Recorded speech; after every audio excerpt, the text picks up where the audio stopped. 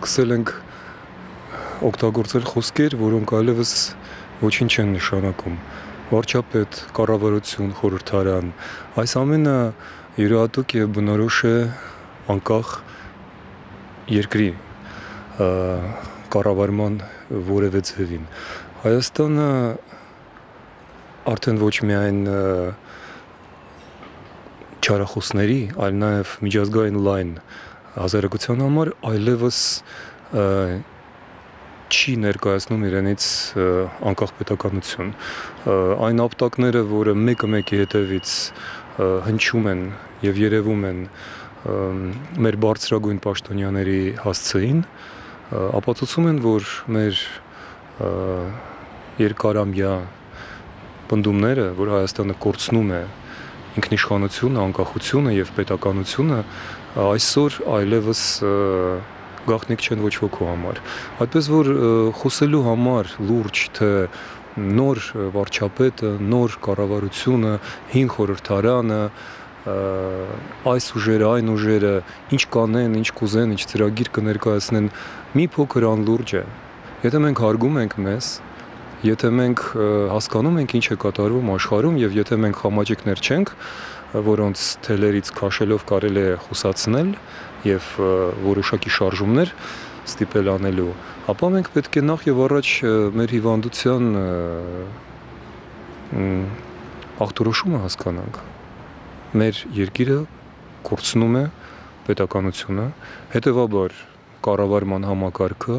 իրենից այլևս չի ներկայացնում անկախ պետության համակարգ։ Որևէ ծրագիր այն չի իրականացնում, Հայաստանը արդեն դարձել է անհասկանալի ռուսա-թյուրքական միավորման խամաճիկ։ Ռուսաստանի դեսպանը իրեն արդեն թույլ է տալիս որոշումներ կայացնել, որոնք միանգամայն մեր ներքին կյանքին են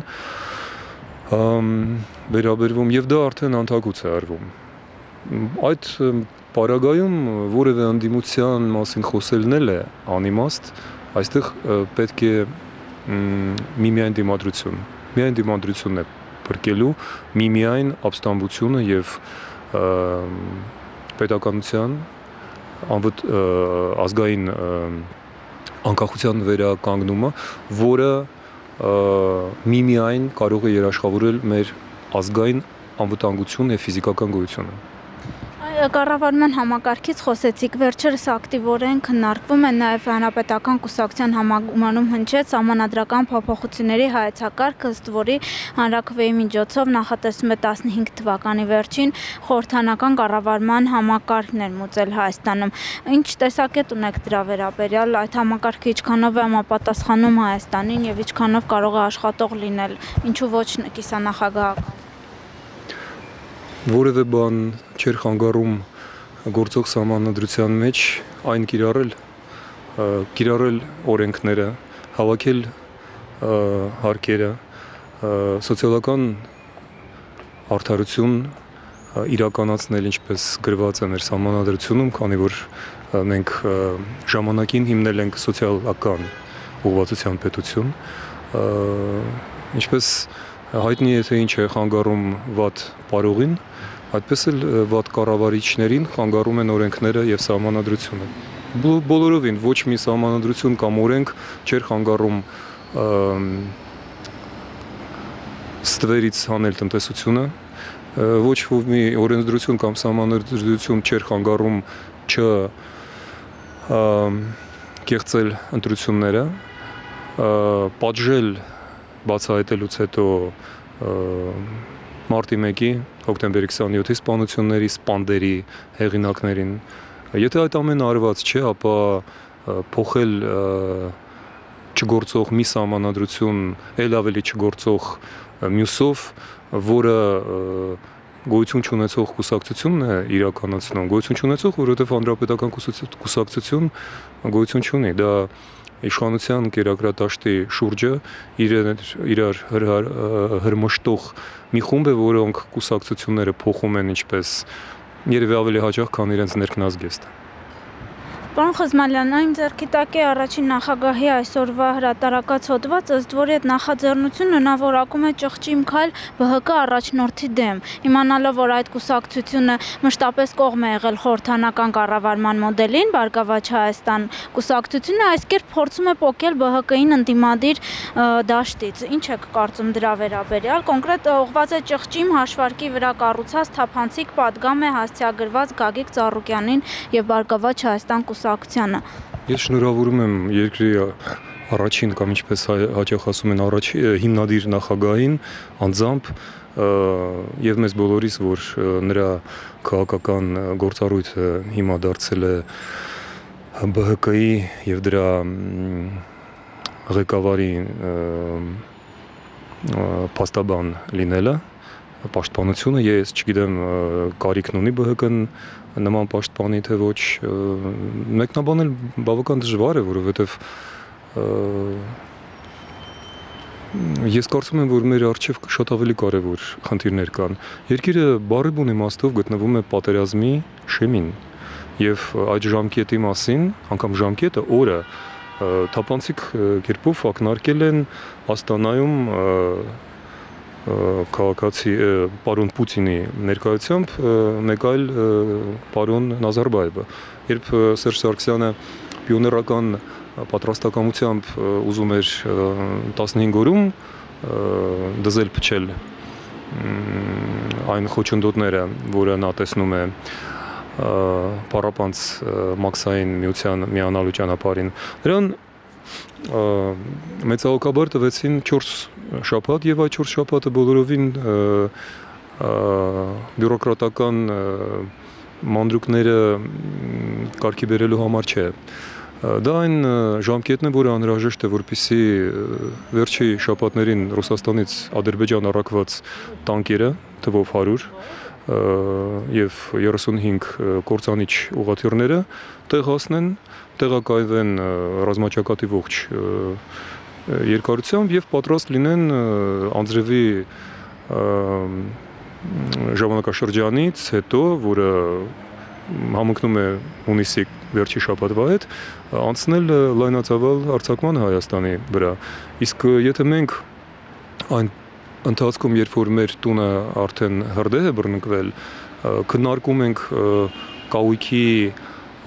տեղադրման խնդիրները եւ ինչ որ անպագորգոր անուններ ենք տալի, Բարգավաճ Հայաստան, օրինաց երկիր եւ այլն, մենք կամ խենթենք, կամ մենք ինքներս մեր թշնամին ենք, կամ այդ մեր դրսի թշնամիների գործակալներ։ Քարյակը կարելի ասել սպառել է իրեն, ոչ հասարակությունն է, հասարակության մոտ։ Քարյակը չէր կարող սպառել, Քարյակը չուներ սպառելու ռեսուրս։ Քարյակը ի սկզբանե կենթանի որևէ իրենից բան չէր ներկայացնում։ Դա մեռած մի առարկա էր, որը այդպես էլ չապրեց։ Պետք է համախմբվել, որովհետև անվանումները կուսակցական, արտախորհրդարանական, կարի խմբակ, պարի խմբակ լինի, դա այլևս այդ կարևոր չէ։ Եթե մենք հայ ենք, ոչ, կներեք, եթե մենք մեր երկրի քաղաքացիներ ենք, ես ուղեցի ինձ, որովհետև հիշեցի Սարդարապատը, այնտեղ ոչ միայն հայերն են կռվում, եզդիները, ռուսները, հրեաները, գերմանացիները, ուկրաինացիները, ով կար Հայաստանում, ով իրեն պատասխանատու էր զգում, ինչ է քաղաքացի։ Քաղաքացին այն մարդն է, որը իրեն պատասխանատու է զգում ոչ միայն իր համար, ոչ միայն իր ընտանիքի, այլ նաև իր երկրի համար, իր պետության համար։ Եթե մենք այդ պատասխանատվությունը դեռ չենք կորցրել, մենք կհամախմբվենք։ Եվ հիմա շատ ծանր, ոչ հեշտ, որովհետև հսկայական ճնշում է, հսկայական պառակտում է դրսից եւ ներսից գալիս, բայց բյուրեղացման գործընթաց է։ Այո, X ժամը շատ մոտ է, շատ ավելի մոտ, քան ոմանց թվում է։ Եվ այդ պահին ամեն ինչ պարզ կլինի, եւ ով որ կկանգնի այդ մարտահրավերի առջև, նա էլ իրավունք ունենալ պետություն, պետականություն, ազգ։ Մնացածները կդառնան պանդուխտ կամ կփոխեն ազգությունը, կդառնան հայ ցեղափոխական որևէ կուսակցության անդամ։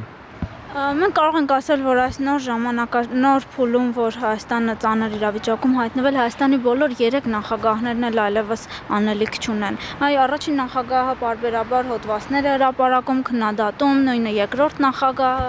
կարող ենք ասել, որ բոլոր 3-ն էլ այլևս անելիք չունեն։ Առաջի երկուսը անելիք չունեն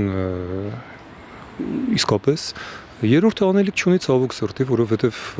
նա լիքը իրականում անելիք ունի, բայց մենք տեսանք, որ նրա թուրը փաստորեն կտրում է միայն Ծաղկաձորի շրջանում եւ այն էլ իր երիտասարդ համախոհների նեղ շրջանակում փորձի նա դուրս գա փողոց, միգուցե դուք իրեն հրավիրեք այստեղ եւ նա փորձի ձեզ հարցազրույց տա, ոչ, նա դա էլ չի կարող անել ցավոք սրտի, այսինքն ում նախագահն է նա։ Ես կարծում եմ, որ նա իրականում ոչ թե հանրապետության, այլ հանրապետական կուսակցության նախագահն է։ Իսկ մեզ պետք է հանրապետության, գոնե հանրապետության մակարդակի քաղաքական գործիչներ, գոնե հանրապետության մակարդակի։ Մեզ պետք են մարդիկ, ովքեր Աստանայում կամ մեկ այլ սատանայի մայլում ոչ թե քանդրբազություն կանեն, այլ կխոսեն այնպես, ինչպես պարտադրում է նրանց ոչ թե իրենց նշանակող եւ հովանավորող օտար պետությունը կամ գործակալությունը, այլ սեփական ժողովուրդը։ Դրա համար ընդամենը մի պայման է պետք կատարել, պետք է ընտրված լինել։ Եթե մարդը ընտրված լինի կամ կինը, ինչը գերադասել է մեր դեպքում, ապա նա կխոսի ձեր եւ իմ եւ մեր բոլորիս անունից եւ թույլ չի տա, որ մեզ հետ վարվեն այնպես, ինչպես վարվեցին մի քանի օր առաջ մեր աչքերի առաջ այս տարօրինակ անվանումով քաղաքում։